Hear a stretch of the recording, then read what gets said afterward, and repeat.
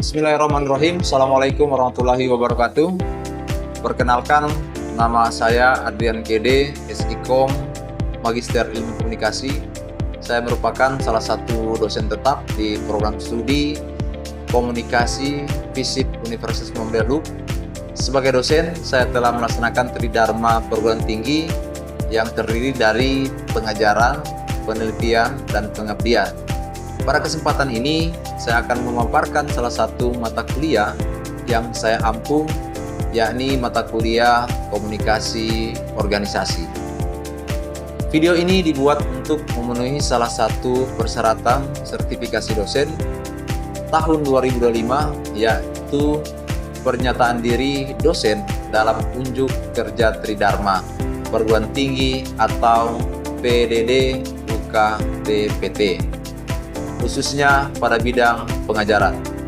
Berikutnya saya akan memulai dari deskripsi umum mata kuliah Komunikasi Organisasi, di mana mata kuliah Komunikasi Organisasi ini merupakan mata kuliah wajib bagi mahasiswa program studi ilmu komunikasi di FISIP Universitas Muhammadiyah.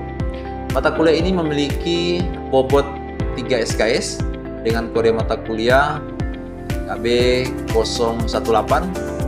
Mata kuliah yang mempelajari proses dinamika dan strategi komunikasi yang terjadi di dalam suatu organisasi, baik formal maupun informal, untuk mencapai tujuan bersama. Adapun capaian pembelajaran prodi yang dibebankan pada mata kuliah ini, yang pertama, aspek sikap, bekerja sama dan memiliki kepekaan sosial serta kepedulian terhadap masyarakat dan lingkungan. Kemudian, menunjukkan sikap tanggung jawab atas pekerjaan di bidang keahlian dalam lingkup ilmu komunikasi secara mandiri, serta aspek pengetahuan, berpikir tingkat tinggi, high order think skill, misalnya komunikasi, kolaborasi, berpikir kritis, kreatif, logika komputasi, realisasi, dan tanggung jawab kewarganegaraan. Kemudian pengetahuan tentang regulasi dan etika terkait bidang komunikasi, dan selanjutnya keterampilan umum, mampu mengkaji implikasi pengembangan atau implementasi ilmu pengetahuan teknologi yang memperhatikan dan menerapkan nilai humaniora, serta dengan keahliannya berdasarkan kaidah, tata cara dan etika ilmiah dalam rangka menghasilkan solusi, gagasan, desain, atau kritik seni. Kemudian mampu melakukan proses evaluasi diri terhadap kelompok kerja yang berada di bawah tanggung jawabnya dan mampu mengelola pembelajaran secara mandiri. Selanjutnya, aspek keterampilan khusus, mampu menjalin relasi interpersonal, kelompok dan dengan publik secara efektif dan profesional. Kemudian, mampu melakukan analisis atau kajian terhadap masalah atau isu komunikasi dalam berbagai konteks menggunakan konsep dan teori komunikasi yang relevan. Kemudian, capaian pembelajaran mata kuliah yang terdiri dari: pertama, mahasiswa mampu menjelaskan teori komunikasi organisasi, ruang lingkup komunikasi organisasi, dan peran komunikasi dalam organisasi dengan tepat dan benar.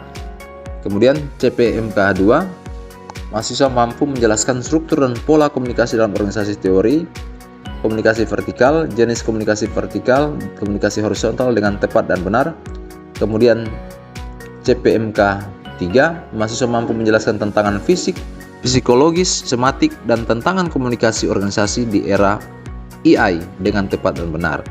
Selanjutnya, CPMK 4, mahasiswa mampu menjelaskan komunikasi kepemimpinan. Kemudian CPMK 5, mahasiswa mampu menjelaskan komunikasi dalam tim dan kolaborasi. Kemudian CPMK 6, mahasiswa mampu menjelaskan komunikasi organisasi di era digital. Yang selanjutnya CPMK 7, mahasiswa mampu menjelaskan komunikasi krisis dalam organisasi. Kemudian CPMK 8, mahasiswa mampu menjelaskan komunikasi dan budaya organisasi dengan tepat dan benar. Dan selanjutnya CPMK 9, mahasiswa mampu menjelaskan etika dan hukum dalam komunikasi organisasi. Kemudian CPMK 10, mahasiswa mampu menjelaskan komunikasi sebagai strategi pengambilan keputusan. CPMK 11, studi kasus dan best practice komunikasi organisasi. Dan CPMK 13, evaluasi dan review materi.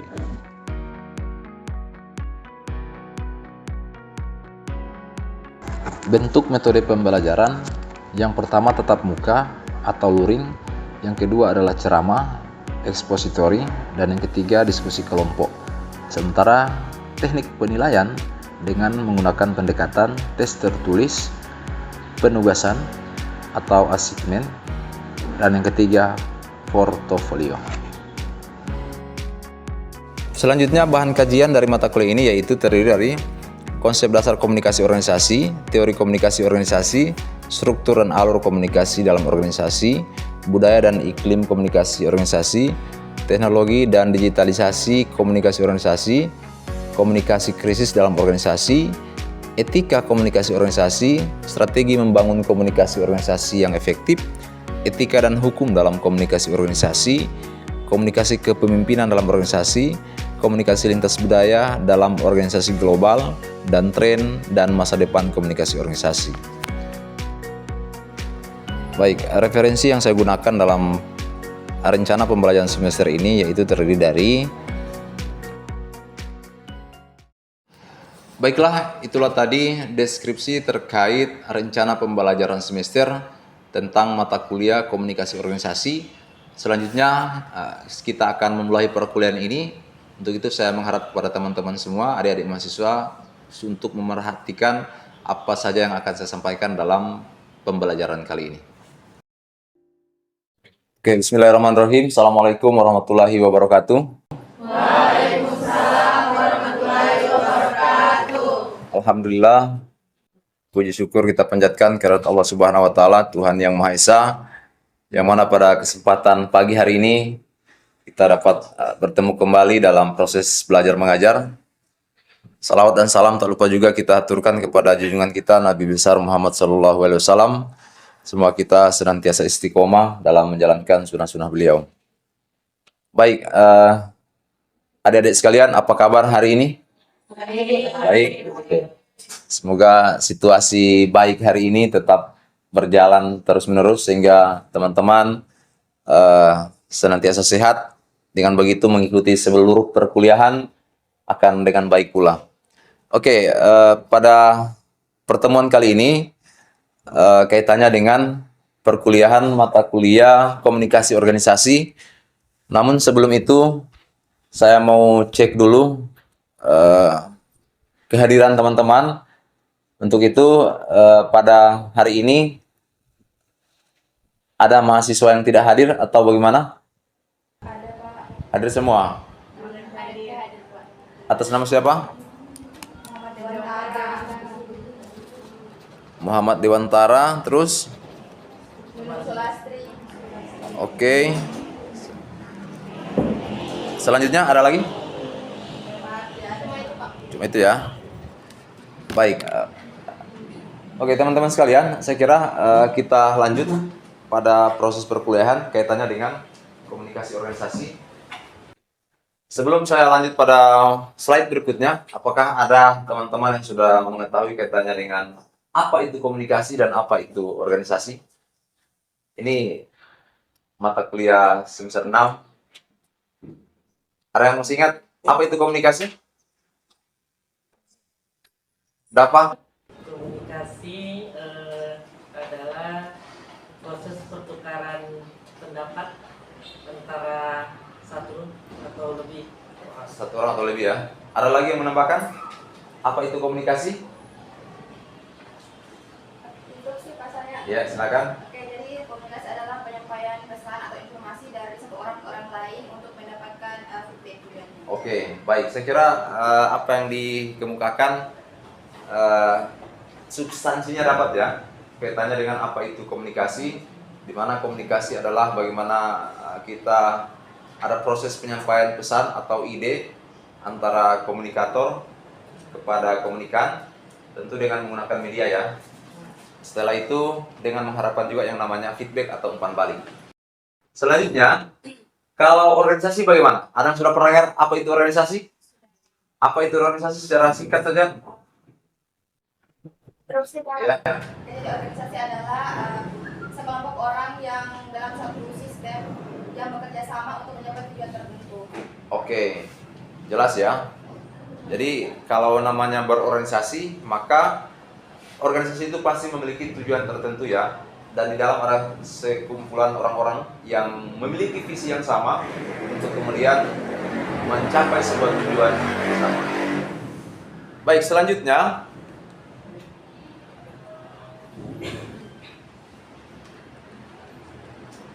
organisasi memiliki peran penting dalam kehidupan manusia. Baik, teman-teman sekalian, adik-adik mahasiswa, kaitannya dengan organisasi memiliki peran penting dalam kehidupan manusia, saya kira ini sangat relevan ya, bahwasanya organisasi itu sangat penting dalam kehidupan manusia. Kita manusia tidak ada yang namanya tidak berorganisasi. Contoh organisasi skala kecil adalah bagaimana itu organisasi keluarga ya. Di sana ada orang tua, ada ibu, bapak, ada anak. Ini dapat dikategorikan atau dianalogikan sebagai organisasi kecil. So, ada pimpinan, ada bawahan, dan ada manajemen di dalam. Sehingga tentu teman-teman sekalian, kaitannya dengan organisasi memiliki peran penting dalam kehidupan manusia tidak bisa kita hindarkan ya. Kita juga sekarang di kampus, dalam kelas ini ada ketua tingkat ya, mungkin ada sekretaris. Sehingga kalau sudah berbicara perkumpulan, pasti ada salah satu orang yang mampu untuk kemudian mengayomi atau menjadi kita punya patron ya. Kemudian amatai et zonia. Kita dilahirkan di organisasi, menerima pendidikan di organisasi, kebanyakan kita menghabiskan waktu bekerja untuk organisasi. Oke. Saya kira sangat jelas ya, kalau kita dalam kehidupan kita, tentu banyak menghabiskan waktu dalam sebuah organisasi. Sehingga kalau dikatakan di poin atas tadi, bahwasanya kita tidak bisa lari dari yang namanya peran penting organisasi dalam kehidupan manusia. Organisasi dibentuk melalui komunikasi. Proses komunikasi internal menghasilkan berbagai hal seperti hubungan kewenangan, terciptanya peran, adanya jaringan, komunikasi, dan komunikasi. Oke ya. Jadi, organisasi itu dibentuk melalui komunikasi. Tentu ya, bagaimana kita berorganisasi, bagaimana kita menjadi sebuah kelompok yang terdiri atas 1, 2, 3 orang atau lebih, kalau kemudian kita tidak berkomunikasi. Sehingganya dikatakan bahwa organisasi itu dibentuk daripada komunikasi. Sehingga dapat kita menyimpulkan juga bahwasanya komunikasi itu multidisipliner. Komunikasilah yang membentuk adanya organisasi. Kalau kita tidak melakukan komunikasi antara satu orang dan orang lain, maka organisasi itu tidak terbentuk ya. Karena tidak ada yang mengawalinya dengan melalui komunikasi.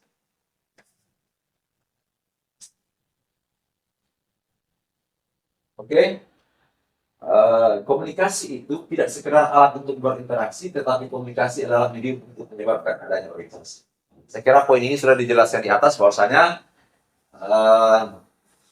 komunikasi itu sebagai medium ya untuk adanya sebuah organisasi. Komunikasi yang dilakukan antara individu dan kelompok dalam organisasi merupakan bagian penting dari proses organisasi berlangsung terus-menerus. Ya, jadi kalau dalam sebuah organisasi, kalau terjadi terus-menerus komunikasi yang efektif, maka itu bagian dari proses berlangsungnya organisasi secara terus-menerus. Maksudnya adalah, kalau kemudian di dalam sebuah organisasi tidak terjadi yang namanya komunikasi, maka tentu organisasinya akan stuck ya. Sehingga butuh yang namanya komunikasi terus-menerus. Kan biasa kita menemui ada organisasi yang kemudian ada hambatan. Apakah ada ketidakharmonisan ya antara bawahan dan atasan maupun sesama karyawan. Tentu kalau tidak ada harmonisan itu, maka tidak akan terjadi komunikasi yang efektif. Kalau sudah tidak terjadi komunikasi yang efektif, akan menghambat yang namanya jalannya sebuah organisasi. Visi dan misi organisasi akan tidak jalan yang efektif karena sudah ada kekompakan. Begitu ya.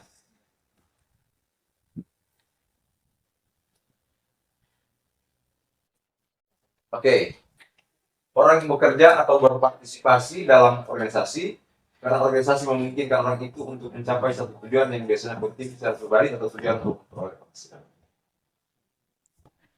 Silakan. Apa yang dimaksud dari narasi ini?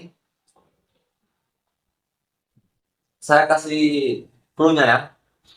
Jadi kaitannya dengan ini bahwasanya orang mau berorganisasi itu karena memiliki atau mempunyai tujuan ya, tujuan.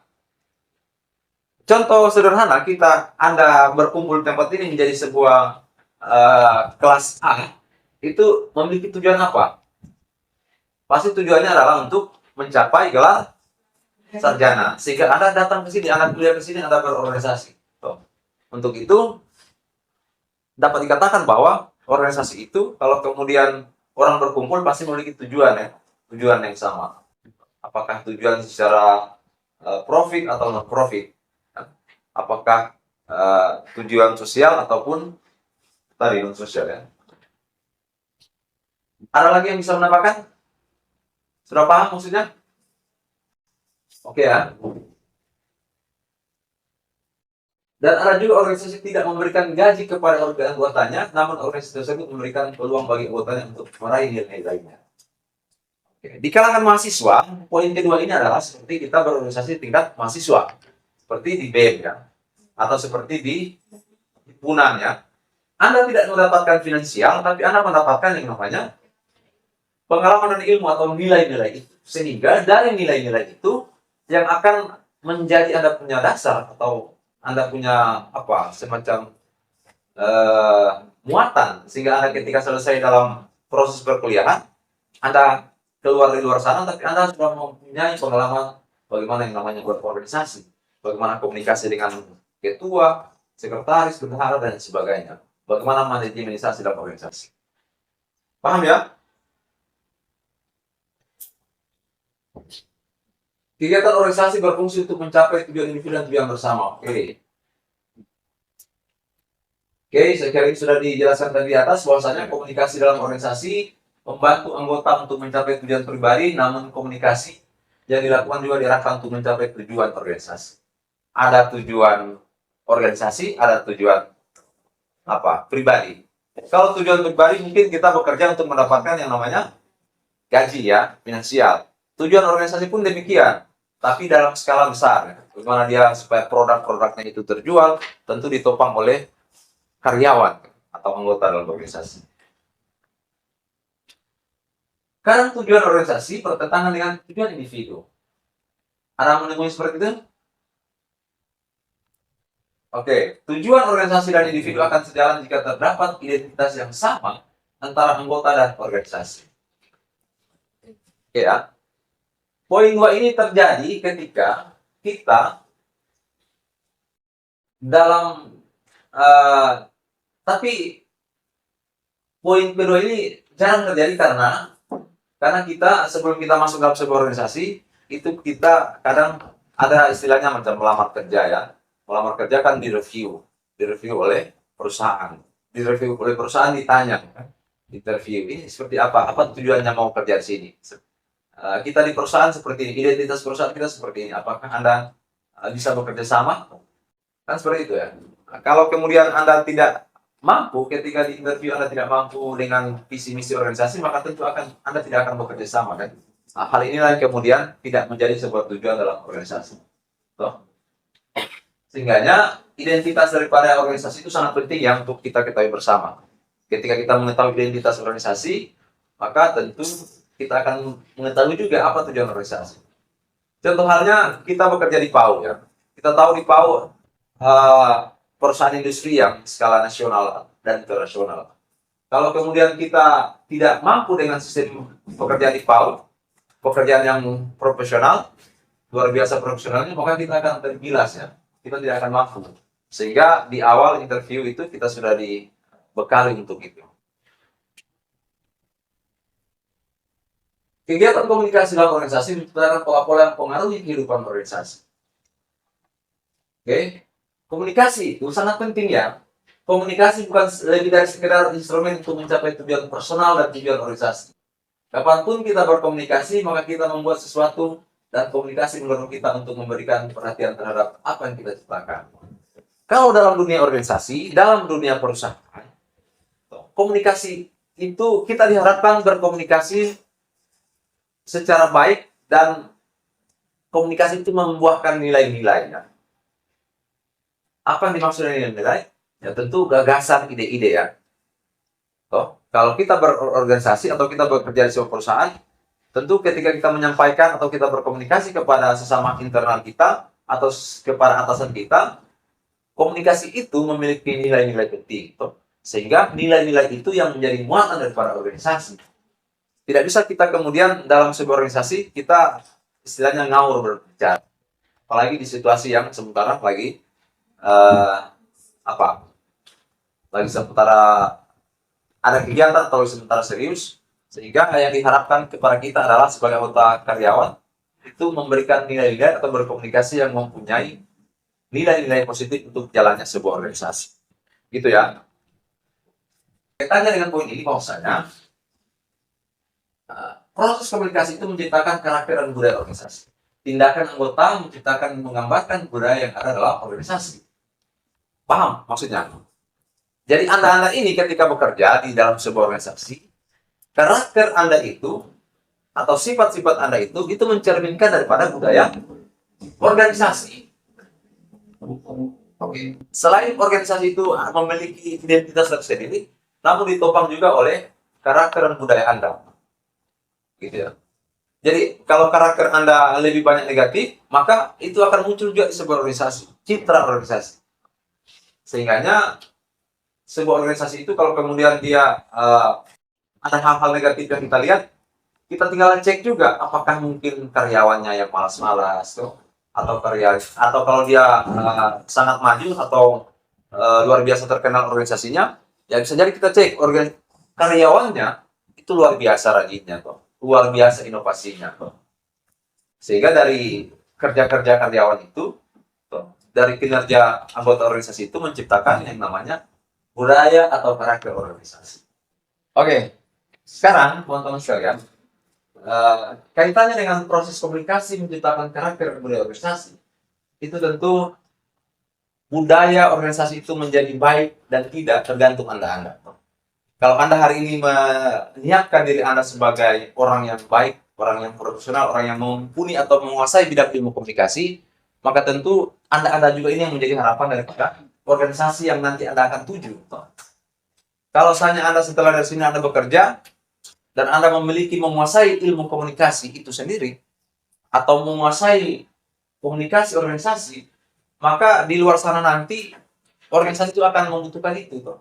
Sehingga akan tercipta budaya karakter organisasi yang baik juga toh. Karena mereka merekrut tenaga kerja yang profesional, yang memiliki dedikasi toh dan integritas. Sehingganya saya bilang itu dibentuk dari proses perkuliahan ini toh. Kalau Dimas ini dia menjadi bintang dalam sebuah organisasi, maka dimulai dari saat ini tuh kita menguasai ilmu komunikasi, menguasai ilmu PR dan sebagainya, sehingga nanti di sana Anda akan dikenal dan akan dihitung menjadi karyawan yang memiliki kemampuan atau keahlian. Oke, lanjut. Pola kekuasaan dan pengawasan dalam komunikasi organisasi menghilangkan dan menciptakan hambatan. Budaya organisasi mencakup juga hubungan kekuasaan sebagai suatu yang tidak dapat dihindari. Itu budaya organisasi. Oke, kekuasaan adalah hasil yang tidak dapat dihindari dari interaksi organisasi. Oke, ini maksudnya seperti ini ya. Dalam sebuah organisasi itu kan ada ini ya. Ada ketua, bendahara, sekretaris, di bawahnya juga mungkin ada anggota-anggota ya. Jadi kesemuanya itu memiliki tujuan yang sama, memiliki ketergantungan ya. Sehingga pola kekuasaan dan pengawasan dalam komunikasi itu ya dapat menghilangkan ataupun menciptakan sebuah hambatan. Kalau ini kompak, maka hambatan-hambatan itu hambatan-hambatan dari luar kan, atau hambatan yang di dalam internal itu akan sulit terjadi ya.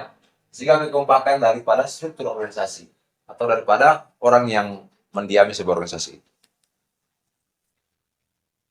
Kekuasaan menyediakan struktur, mengurangi kebingungan dan ketidakpastian. Kalau kemudian tidak ada kekuasaan yang menyediakan struktur, maka akan banyak terjadi yang namanya kebingungan atau ketidakpastian. Sehingga ketika ada ketua, ada sekretaris atau bendahara, ada bidang-bidang, maka secara terarah akan terstruktur kita punya pekerjaan atau kita punya job desk jelas ya. Maka ini sangat penting. Jadi teman-teman sekalian, kaitannya dengan pola kekuasaan dan pengawasan dalam komunikasi, organisasi menghilangkan dan menciptakan hambatannya. Ini lanjutan dari slide yang di atas tadi ya. Bahwasanya teori demokrasi organisasi mengkritik terhadap pendekatan struktural ya, dan posisional atau pendekatan manajerial yang bersifat top down dalam melakukan pengawasan untuk menekan konflik yang muncul ya. Teori ini meminta adanya dialog, komunikasi, dan partisipasi. Kebijakan top down dan bottom up ya. Kalau top down itu dari teori demokrasi ini dia mengkritik karena top down itu dari atas ke bawah ya. Kebijakan yang lahir dari atas turun ke bawah, dari pimpinan ke bawah. Idealnya menurut teori demokrasi ini ada yang namanya dialog atau bottom up. Kebijakan lahir itu harus melalui dialog dengan bawahan, dengan anggota ya. Sehingga kebijakan itu betul-betul tidak hanya keinginan atasan, tapi sama-sama keinginannya bawahan. Ketika menjalankan kebijakan itu maka akan sangat mudah dijalankan karena ini adalah kebersamaan ya. Tapi kalau top down ini bisa dibilang seperti otoriter atau kepemimpinan otoriter dan sebagainya karena dia langsung dari atasan. Bawahan tidak diberikan ruang untuk memberikan gagasan atau ide-ide. Sehingga kita lebih mengharapkan atau teori demokrasi ini mengatakan atau mengkritik yang namanya pendekatan struktural ya, dan posisional ya. Dia lebih mengedepankan yang namanya bottom up, dari bawah ke atas. Baik, selanjutnya pertemuan kita slide-nya berakhir. Sebelum itu saya akan memberikan kesempatan kepada teman-teman untuk memberikan pertanyaan atau ada penjelasan saya yang belum jelas. Saya mempersilakan kepada saudara-saudari. Silakan. Oke, ini silakan. Adit apa? Assalamualaikum warahmatullahi wabarakatuh. Waalaikumsalam warahmatullahi wabarakatuh. Sebelumnya ingin bertanya Pak, apakah penting peran organisasi dalam kehidupan manusia pada saat ini Pak? Oke. Terima kasih. Baik, terima kasih saudara Andi Dava. Jadi kaitannya dengan pentingnya peran organisasi dalam kehidupan ya. Oke, tentu saya kira ini tadi sudah saya sempat jelaskan juga di slide sebelumnya kaitannya dengan peran penting organisasi dalam kehidupan. Di awal saya katakan bahwa kalau misalnya kehidupan ini tidak terlepas yang namanya dari organisasi ya. Kita dari lahir sudah berorganisasi, itu udah organisasi skala kecil, keluarga, ada ayah ibu, itu bagian juga dari organisasi. Tentu dalam kehidupan kita yang lebih luas lagi, di luar sana, kita membutuhkan orang lain ya. Ketika kita membutuhkan orang lain, maka ini cikal bakal kita terbentuk sebuah organisasi. Contoh yang lebih sederhana juga, bagaimana kita di kelas ini, di kelas Anda ini, di kelas A ini, teman-teman memiliki rating atau dapat dikategorikan juga sebagai sebuah organisasi karena rating ada bendahara, ada sekretaris. Sehingga dari adanya organisasi itu, dari adanya organisasi kelas ini, itu membantu Anda punya proses ya. Ada rating yang membantu menginformasikan proses perkuliahan, toh. Ada rating yang membantu Anda berkomunikasi dengan dosen, toh. Tentu perkuliahan hari ini juga terjadi karena ada komunikasi saya dengan rating ya. Sehingga secara tidak langsung itu sudah membantu Anda juga. Makanya dapat dikatakan bahwa organisasi itu memiliki peran penting dalam setiap kehidupan kita atau setiap proses kehidupan kita. Masih banyak contoh-contoh kasus di luar sana yang memberikan kita gambaran bahwasanya sangat penting organisasi itu dalam sebuah kehidupan. Begitu ya? Oke, jelas? Jelas Pak. Oke. Selanjutnya saya persilakan lagi. Ya, silakan. Terima kasih. Assalamualaikum warahmatullahi wabarakatuh. Waalaikumsalam warahmatullahi wabarakatuh.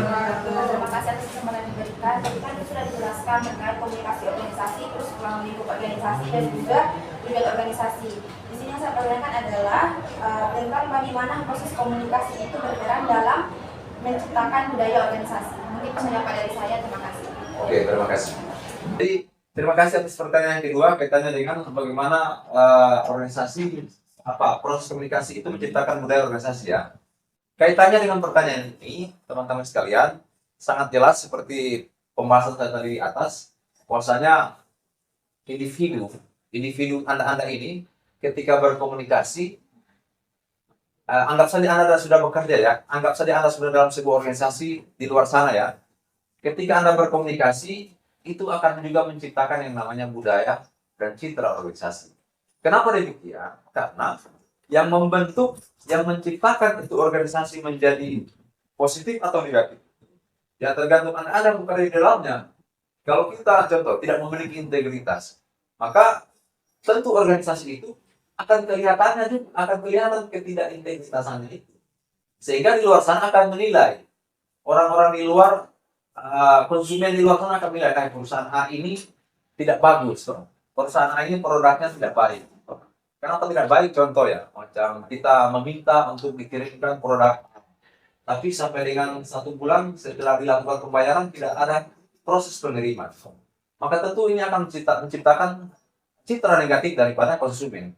Setelah itu, akan kita cek, bisa jadi karyawan yang ada kerja di sana itu ya mungkin malas atau mungkin nilai-nilai integritasnya tidak terjaga, sehingga mungkin proses-proses itu dia pangkas kan. Sehingganya akan tercipta yang namanya budaya organisasi atau citra organisasi negatif terhadap sebuah organisasi. Kalau ini terjadi, maka tentu akan merugikan yang namanya perusahaan yang diawali oleh individu-individu itu yang tidak memiliki integritas atau tidak tahu cara bagaimana bekerja secara profesional dalam sebuah organisasi. Makanya harapan saya adalah ketika nanti Anda sudah selesai studinya dan bekerja di luar sana, memang betul-betul Anda profesional, Anda menguasai ilmu Anda, sehingga Anda mampu dipandang memberikan peran penting dalam sebuah organisasi, dan tentu di mana Anda bekerja, organisasi itu akan maju dan memiliki citra positif. Begitu ya? Oke, saya lanjut. Ada lagi mau bertanya? Oke, silakan. Baik, Assalamualaikum warahmatullahi wabarakatuh. Waalaikumsalam. Izin bertanya Pak, jadi apa peran penting komunikasi dalam organisasi? Oke. Peran penting komunikasi dalam organisasi ya. Baik, ada sekalian, peran pentingnya komunikasi dalam organisasi itu saya kira sangat-sangat penting ya. Mengapa demikian? Karena kalau dalam sebuah organisasi tidak ada yang namanya komunikasi, maka mau jadi apa itu organisasi ya? Mau maju seperti apa organisasi? Konsep-konsep kebijakan-kebijakan itu semua dikomunikasikan ya. Program-program atau visi misi organisasi itu dikomunikasikan, disosialisasikan. Lantas kalau tidak ada komunikasi yang baik di internal organisasi, maka pasti visi atau apa yang menjadi tujuan organisasi tidak akan tercapai karena tidak dikomunikasikan. Kenapa tidak ada komunikasi yang baik di antara organisasi, di antara individu dan organisasi? Ya mungkin saja ada miskomunikasi atau ada ketidakharmonisan dalam sebuah organisasi. Kalau tidak harmonis antara individu satu dan individu satu, bidang satu dengan bidang satu, maka bidang satu, bidang yang A jalan sendiri, bidang yang B jalan sendiri, maka ini akan melemahkan organisasi itu. Sehingga dibutuhkan yang namanya kolaborasi di semua bidang. Kolaborasi itu tercipta ketika kita saling berkomunikasi. Begitu ya. Baik, saya kira itu. Ada lagi yang mau bertanya? Cukup ya? Oke, cukup. Kalau sudah cukup, maka teman-teman sekalian, pada prinsipnya kesimpulan pada perkuliahan ini bahwasanya komunikasi organisasi itu sangat penting, sehingga kalau kita dalam sebuah organisasi, kita bekerja dalam sebuah organisasi dan kita ditopang oleh kita punya cara berkomunikasi yang baik dan efektif, kita punya pengetahuan komunikasi, ada komunikasi persuasif, komunikasi budaya di sana ada. Dalam sebuah organisasi itu tentu ada budaya-budaya yang berbeda. Kalau kita tidak menguasai konsep-konsep komunikasi budaya yang baik, mungkin saja kita, teman-teman sekalian, itu tadi kesimpulannya, dan selanjutnya saya akan berikan tugas kepada Anda untuk kemudian pertemuan berikutnya kita akan mereview seperti apa organisasi-organisasi yang maju dengan karakter masing-masing anggota organisasinya ya. Nanti teman-teman silakan memberikan per individu memberikan contoh-contoh kasus kaitannya dengan komunikasi organisasi terhadap majunya sebuah organisasi. Begitu ya? Oke, saya kira cukup sekian pertemuan kita pada hari ini. Terima kasih atas atensinya. Semoga teman-teman sehat selalu sehingga pada perkuliahan berikutnya kita akan tetap efektif dalam menjalani perkuliahan. Billahi fisabilil haq, wassalamualaikum warahmatullahi wabarakatuh. demokrasi.